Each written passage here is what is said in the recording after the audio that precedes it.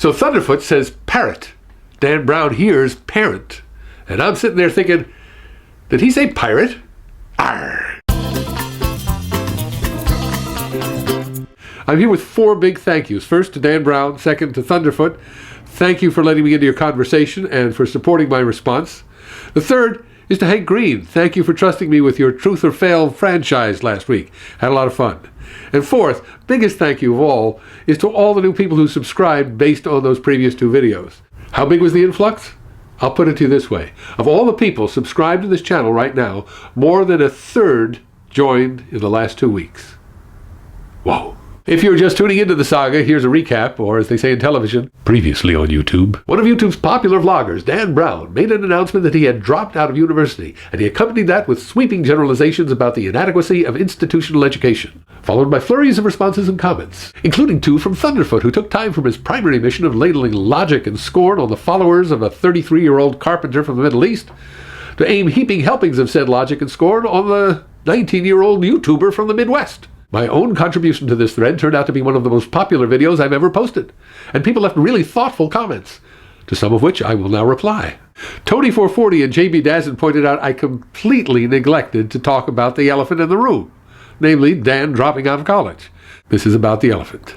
If Dan is right, and the school is getting more and more out of touch with students, then you'd expect the dropout rates to climb, the graduation rates to fall. Well, is that what's happening? Let's go to the newsroom.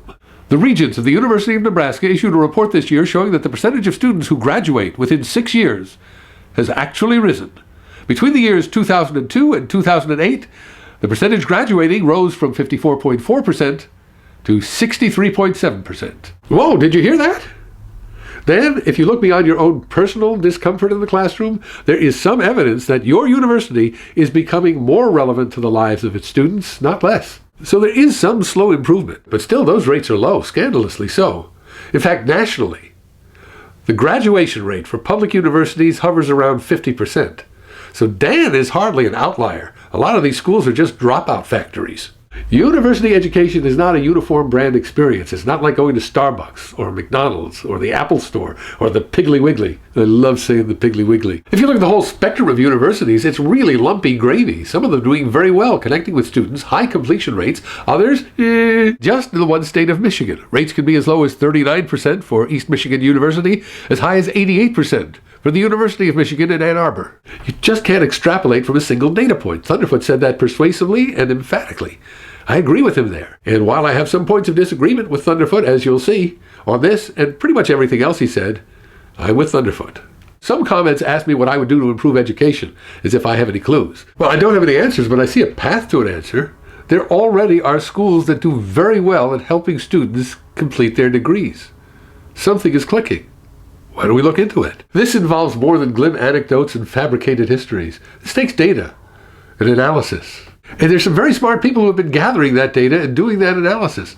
So if you'd like to take a step on the path to improving education, I've got a recommendation for you. Find this book, Crossing the Finish Line, Completing College at America's Public Universities. I plan to read it, and I'll probably be back in a few weeks to tell you what I've learned. Until next time, I'm Mickeleh.